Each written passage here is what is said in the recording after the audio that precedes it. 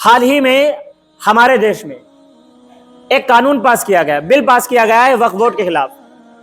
اب اس میں ہمارے نوجوانوں کو اس چیز کا علم ہی نہیں کہ ہے کیا چیز یہ۔ ہمیں تو پہلی بات تو اس سے مطلب ہی نہیں، ہمیں یہی نہیں معلوم ہے کہ وقف ہوتا کیا ہے۔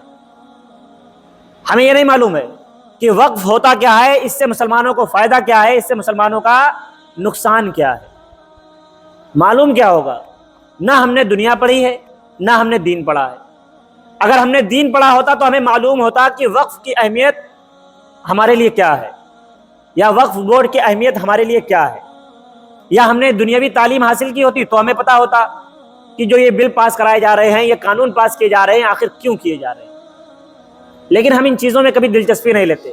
لیکن یاد رکھیں کہ اگر آج بھی ہم نے ان چیزوں میں دلچسپی نہ لی، اس چیز کی جانکاری حاصل نہ کی، اس کے خلاف سترک نہ ہوئے، تو وہ دن دور نہیں، نماز پڑھنا تو بہت دور کی بات ہے، ہمیں دفن ہونے کے لیے قبرستان میں جگہ بھی نہیں ملے گی۔ ابھی کی بات، بہت سارے ایسے قبرستان ہیں جن میں تالے لگا دیے گئے ہیں۔ ہم مسجدوں کی یہاں بات نہیں کر رہے ہیں، ہم قبرستان کی ہی صرف بات کر رہے ہیں۔ بھائی نماز تم پڑھو نہ پڑھو، زکوٰۃ تم ادا کرو یا نہ کرو، حج تم ادا کرو یا نہ کرو، قبرستان میں تو دفن ہوگے نا۔ آنے والا کل وہ آئے گا کہ تمہارے پاس قبرستان بھی نہیں موجود ہوں گے۔ کیوں نہیں موجود ہوں گے؟ اس میں غلطی کس کی ہے؟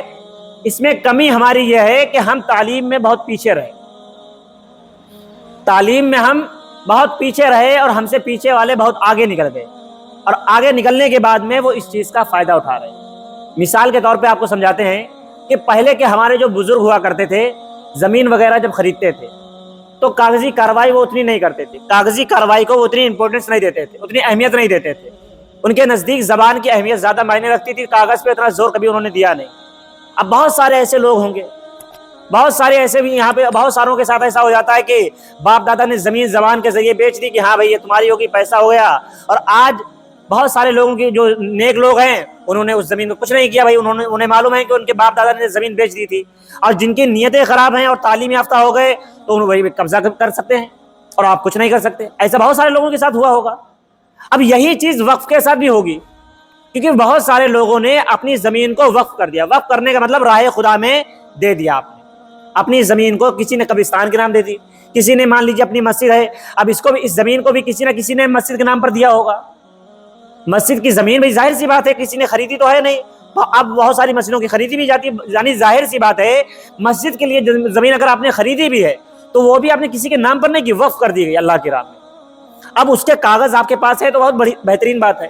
اگر کاغذ نہیں ہے، آپ کو کل کو اگر کسی نے کہہ دیا اس کے خلاف، ایک بھی آپ نے FIR درج کرا دی یا کوئی بھی اس میں کیس کر دیا، تو آپ کے پاس کیا پروف ہے کہ یہ زمین آپ کی ہے؟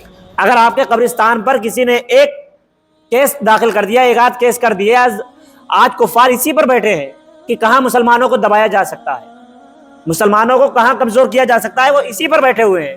اگر ایک FIR داخل کر دی، ایک کیس کر دیا، آپ کے پاس کوئی ثبوت نہیں ہے، آپ کے پاس کوئی کاغذ نہیں ہے، نہ ہی مسجد کے آپ کے پاس کاغذات موجود ہوں گے، نہ آپ کے پاس مدرسوں کے کاغذ موجود ہیں، نہ آپ کے پاس قبرستانوں کے کاغذ موجود ہیں۔ ہم آج اس پر آنکھیں نہیں کھولیں گے، ابھی بھی ہماری آنکھیں کھلیں گی نہیں۔ ہم سوچ رہے ہیں یہ ہمارا مسئلہ ہی نہیں ہے، اس میں ہمارا کیا ہے؟ نہ ہمیں مسجد سے تعلق ہے، مسجد کی کمیٹی جانے، نہ ہمیں قبرستان سے تعلق ہے، وہ ہمارے بڑے بڑے لوگ جانے۔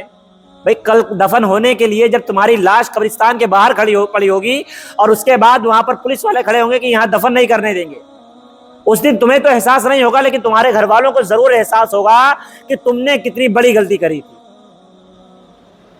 آج وقت ہے کہ جو ہم سے غلطیاں پیچھے ماضی میں جو غلطیاں ہم سے ہو گئی ہیں وہ اپنی غلطیوں کو سدھار لیں، فیوچر میں وہ غلطیاں ہم نہ کریں۔ اگر ہمارے پاس ہماری قبرستانوں کے کاغذات نہیں ہیں تو ابھی ان کاغذوں کو پورا کریں، ابھی وقت ہے، ابھی معاملہ اتنا ہاتھ سے نکلا نہیں ہے۔ یہ نہ سوچیں کہ فلاں سرکار آئے گی ہمارا وقت آ جائے گا، کسی کا کوئی وقت آنے والا نہیں۔